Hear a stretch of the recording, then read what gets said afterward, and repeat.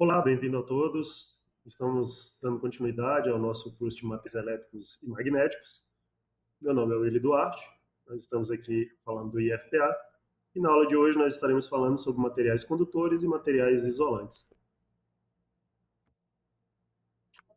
Os objetivos dessa aula são compreender o conceito de materiais condutores e isolantes, relacionar a estrutura atômica com a condução elétrica, identificar exemplos e aplicações práticas. Os materiais condutores são aqueles que, primeiro, permitem a passagem de corrente elétrica com facilidade. Possuem muitos elétrons livres em sua estrutura e apresentam baixa resistência elétrica. Então, basicamente, essas três características sendo satisfeitas, o material pode ser considerado um material condutor. A baixa resistência é inversamente proporcional à capacidade de condução de corrente. Então, quanto menos o material resiste à passagem de corrente, quer dizer que mais facilmente a corrente vai poder circular por aquele material. E isso requer uma quantidade grande de elétrons livres. Então, uma coisa está interligada com a outra. Estrutura de materiais. Os materiais quando possuem muitos elétrons na camada de valência que estão fracamente ligadas ao núcleo do átomo. E isso faz com que você não tenha dificuldade ou precise de uma pequena quantidade de energia para fazer o deslocamento desses elétrons. Quanto mais elétrons livres, maior a condutividade. Então, tipicamente,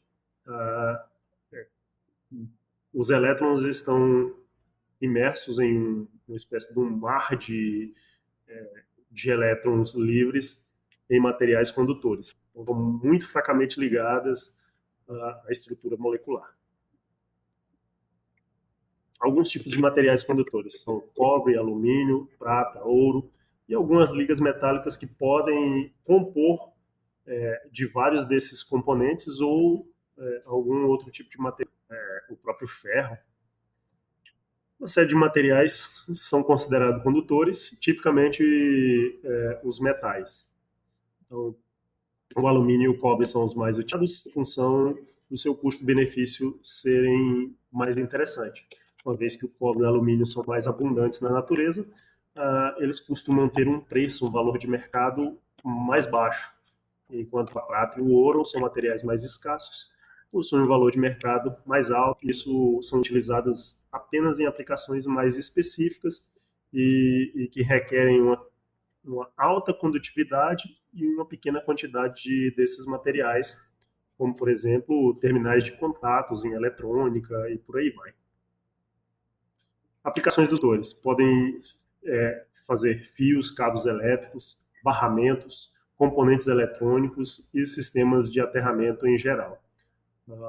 As hastes de aterramento tipicamente são compostas de um material rígido, uma liga metálica de ferro ou algum tipo de aço, revestida por fora por uma camada de cobre, que vai dar a condutividade, ou aumentar a condutividade dessa estrutura.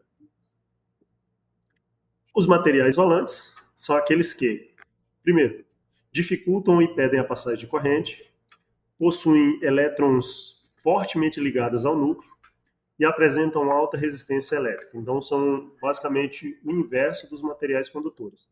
Você possui uma alta resistência à passagem de corrente e essa alta resistência dificulta ou praticamente impede que elétrons trafeguem por aquela estrutura molecular sem que aquela estrutura seja danificada. Isso advém do fato de que os elétrons da camada de valência dessas estruturas são fortemente ligadas ao núcleo. Estrutura atômica dos isolantes. Os elétrons da camada de valência estão bem presos, necessita-se de muita energia para mover esses elétrons. Em condições normais, não são condutores ou não conduzem corrente. Algumas das principais materiais, um dos principais materiais isolantes são a borracha de plástico, o vidro, porcelana, madeira seca e o ar. O ar é considerado isolante, mas a isolação dele tem uma variabilidade alta em função, por exemplo, da umidade relativa do ar. A água, na sua forma pura ou a água destilada, também pode ser considerada um material isolante. Uma vez que a água é adicionada de sais, ela costuma ter a sua resistividade decrescente e faz com que ela se torne um bom condutor de eletricidade. Aplicações de isolantes, revestimento de fios e cabos, isoladores de postes, equipamentos de proteção, separação entre partes energizadas.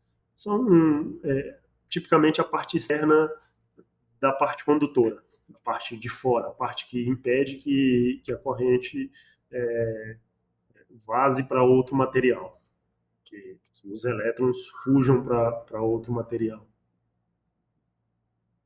Aqui eu quero deixar um exercício, vou deixar nas plataformas aí, no qual vocês vão fazer e vão postar lá para a gente aprofundar esse conhecimento. Primeiro, cite materiais condutores e duas aplicações para esses materiais condutores. Segundo, cite materiais isolantes e onde são utilizados.